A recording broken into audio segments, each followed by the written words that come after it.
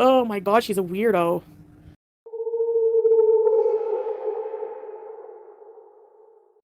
Hello, it's Editing Fat Cow here. I want to apologise once again for the sound quality. I've gone back to my previous microphone temporarily until the other one arrives later today. It also picked up everything my cats did in the background. Cats scratching, cats falling off things, cats being cats. And for that, I apologise. Hello, 'tis I, Fat Cow. I apologise for the change of angle, but I've currently got a cat very asleep on my desk, and I'm not going to move her. So Foodie did a live. It was 3 hours allegedly. Most people managed to cut it down to about 20 minutes. And I have taken 3 sentences from the entire thing that I wish to comment on. So bravo, Foodie.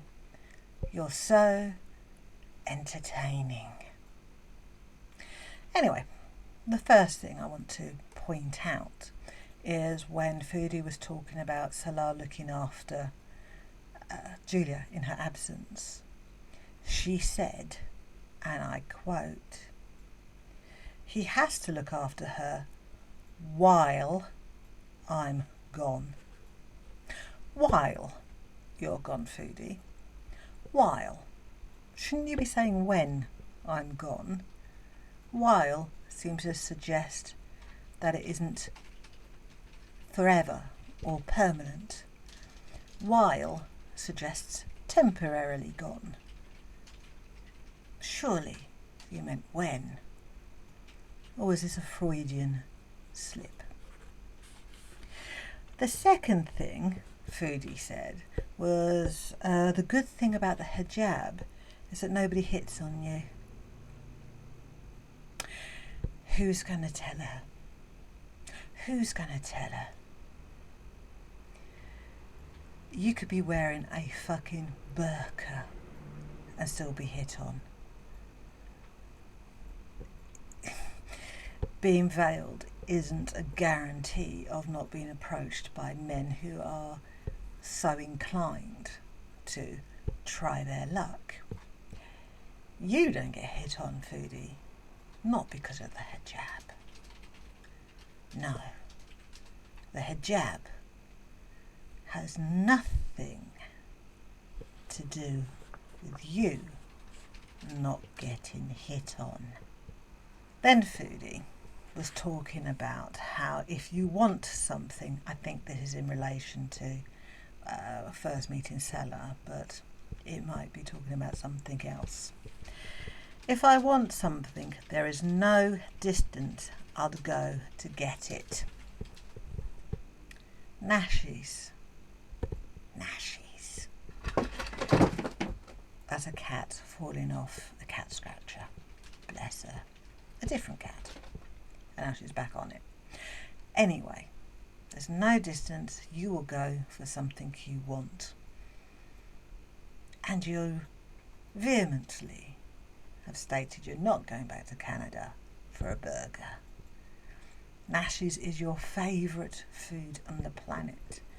And if you go without any food that you want, you literally accuse people of wanting to murder you. That's how bad it is when you don't get the food you want. So, yeah, I actually categorically, absolutely believe you would go back to Canada for a burger that's been out of circulation for 3 years. It just happens to be your favourite. It's not actually that ridiculous when it comes to you. And the last thing I want to comment on. You think if you leave the glass in your toe will absorb it. Now I know you can digest almost anything. I'm pretty sure you could eat a microlite plain. And if you know what that is in reference to, then bravo. You also watched the Guinness Book of World Records as a child in the 80s. No, foodie, a foreign body in your body, and we're not talking about Salah. Salah's foreign body can't reach your body to penetrate it. But a foreign body, like glass or a stone or the like, cannot be absorbed by your body. You're not a fucking bacteria. Actually, I take that back. You're not an amoeba. You're not the blob. You know where I'm going with this. I'm still not 100% convinced that Foodie is going to go to Canada at all. She's gaining a very, very, very long grocery list of ailments. Currently, it's a fractured hip. And while she didn't say outright, I have a fractured hip, she said it often enough to, imply that that's what she thinks she has, because her hip pops out of place, or feels like it pops out of place. It's not a fractured hip, sweetheart. You've had to adjust your posture because of your fupa. Your fupa is in the way of you walking normally. That's one leg in front of the other, because you've got a mass in the way of being able to bring your knees up. So you now swing your leg around the girth of your fupa, and that in turn has rotated your hip, or both your hips even, and that's why they're more inclined to feel as if they're giving way. It's another issue caused by your gluttony. You haven't fractured your fucking hip. You'd know. You'd categorically know if you had fractured your fucking hip. You'd be in hospital getting the stupid thing fixed, probably with a metal rod or a replacement hip, but you're not. You're at home on the sofa eating. So I'm still not convinced she's going because of the massive potential for the I'm too ill to travel narrative. But I also believe she would legitimately go back to Canada because of a fucking sandwich. And I legitimately believe she would go back for the gluttonous festivities that lay ahead in the upcoming months. Yes, I'm saying I believe Foodie will go back to Canada, be it temporarily, because of food and weed. Weed's a bonus, but because of food. Although I'd like to warn Foodie of one glaringly obvious fact, that if she goes back and eats and eats and eats, which she's planning, she's got it all listed, what she's going to eat, where she's going to go. She's got everything listed, written down somewhere, so that she doesn't miss anything.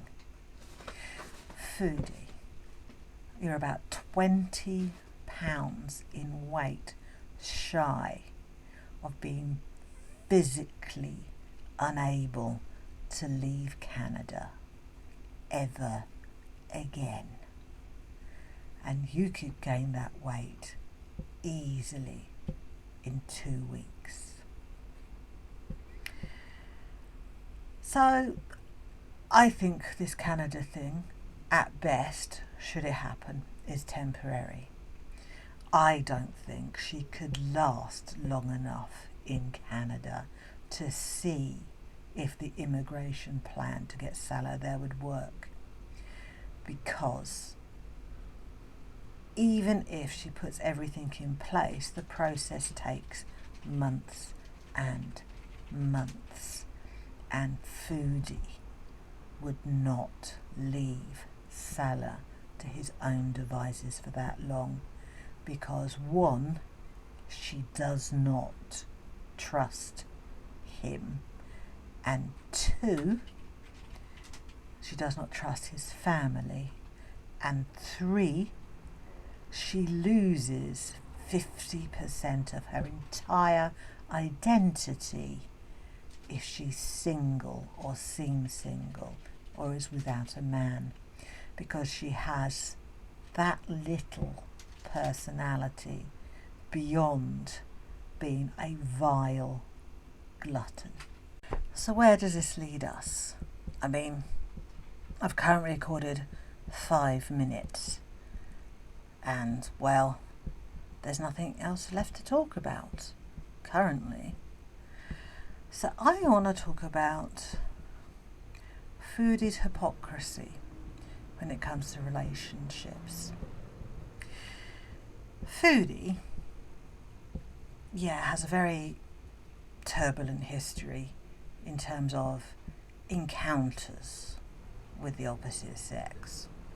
But in terms of relationships, she was with Pete for 7 years, BB for 7 years, Nada we'll get back to, and Salah we'll also get back to. Foodie cheated on Pete's with BB, but with somebody else prior to that as well. And she justified the cheating because she said that her and Pete hadn't been intimate for about 6 months.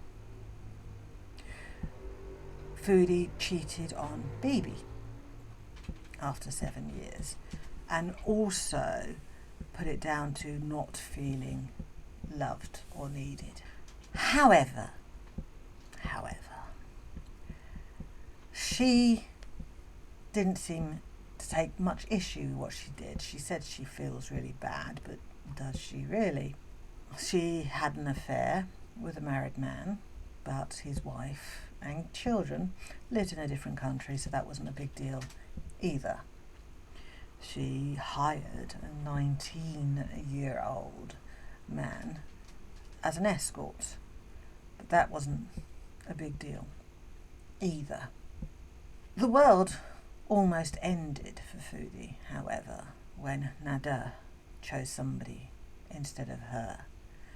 And the world ended slightly less when Salah was talking to other women.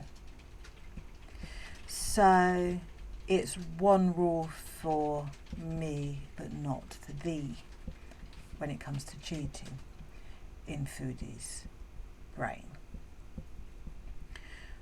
Foodie demands that she is the only person of interest in a relationship.